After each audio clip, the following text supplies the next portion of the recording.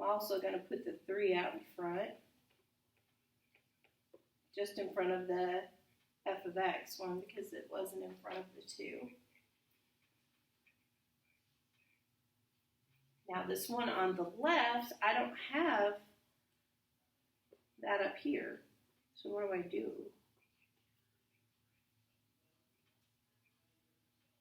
How do I find the antiderivative of 2? You just do it normally? Yeah, it's just 2x. Now if it had an f of x in there, then we might have, we would have had to have done something. But it doesn't have an f of x, so it's just 2x. Do it normally. So then we work that out from 3 to 7. And then this one, we already have the answer to. That was -8.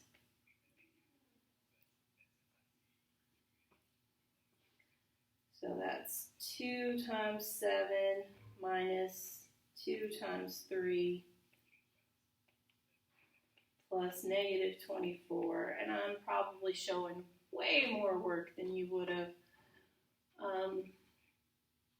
But I don't want to lose Zach at home, and I don't want to lose you in class. So 2 times 7 is 14, minus 6 plus -24, so minus 24. 14 minus 6 is 8. 8 minus 24 is -16.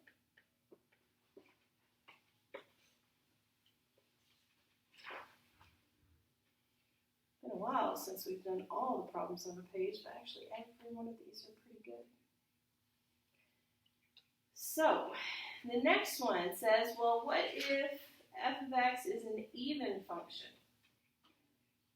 What happens if it's an even function? Yep, it's doubled. So it would be the same as 2 times, instead of going from -3 to 3, we can just go 0 to 3 of f of x dx, because it's the same on the left and the right. And 0 to 3 f of x, the interval is 6. So that's 12.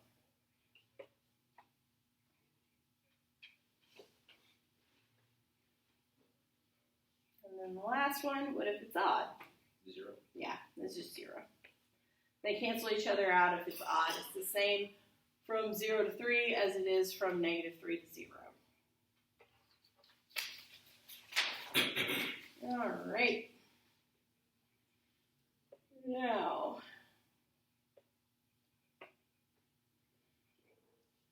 we're going to use this picture. So we have a picture on the right here. It's f of x.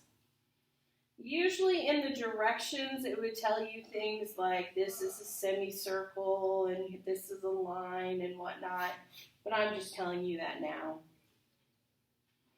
So when you have a picture for f of x and we're trying to find a definite integral, then you got to remember that means the area under the curve.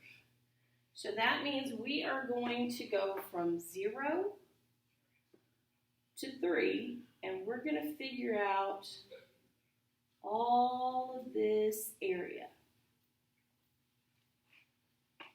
So we're literally finding the area under the curve. So we have over here a quarter of a circle. That's what that is. You could figure this bottom part as being a trapezoid, but honestly I figure we feel better with the fact that that's a rectangle. And on the right here, here's a triangle. So we're going to find those 4 areas. To find a circle, we know it's pi r squared, but it's a fourth of a circle. So we're going to divide it by 4.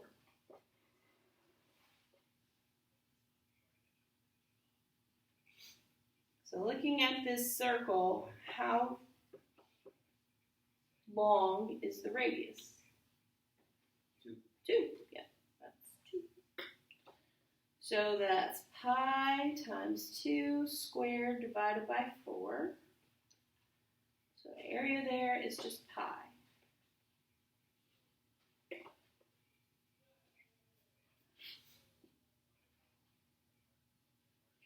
And then the rectangle, we know length times width. I have the length. What's the width? 1. So 2 times 1, there's 2. And then this triangle, remember it's 1/2 base times height. So the base is how far? 1. Yep, and the height? 1. Yep. So it's just 1/2. I don't want, I'm just going to circle the areas of each of these sections just so I don't lose it there. So to find the area of the whole thing, we just add those up.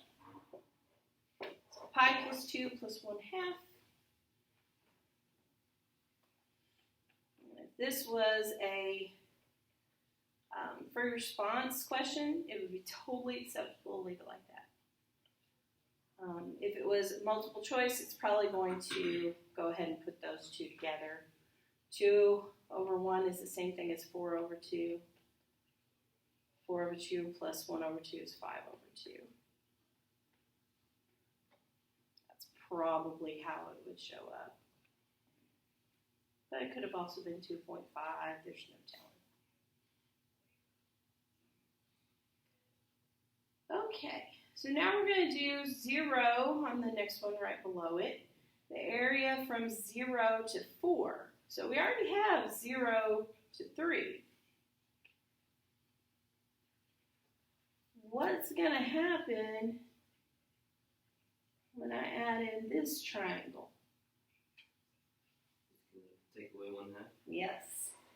You could actually figure it out, but we can tell by looking at it that it's negative 1/2. So it's just going to get rid of this one for us. So really all it's going to be is pi plus 2.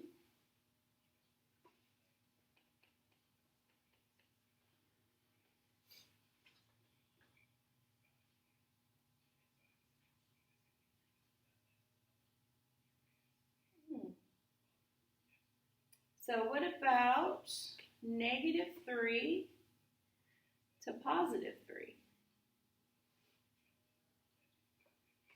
It would just be go ahead and the first one, top 2. That's right.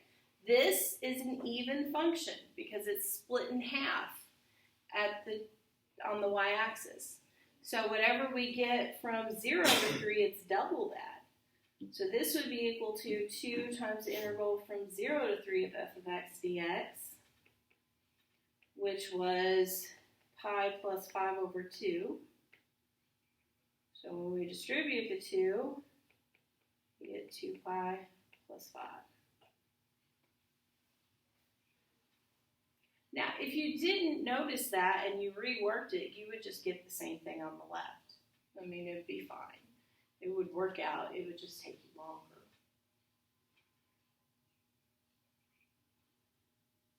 Okay.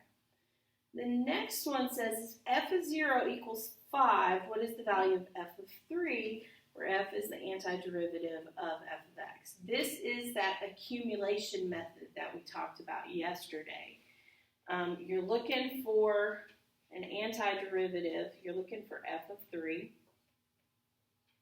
So it's equal to the other endpoint, f of 0, plus the antiderivative from 0 to 3 of f of x dx.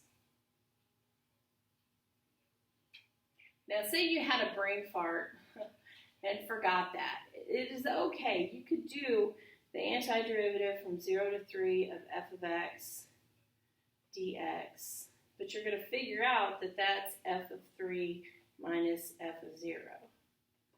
So it would all end up being the same thing. You just add the f of 0 to both sides, and you get this. It's quicker. And it's called the accumulation method. And it's just a way of doing antiderivatives, which just adds the initial amount to the antiderivative. So the initial amount, f of 0, was 5. And 0 to 3 we found on the very first problem.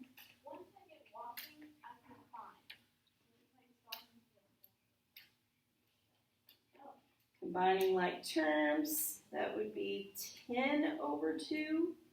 5 is the same thing as 10 over 2, so that's 15 over 2. Or 7 1/2, whatever. So that's f of 3.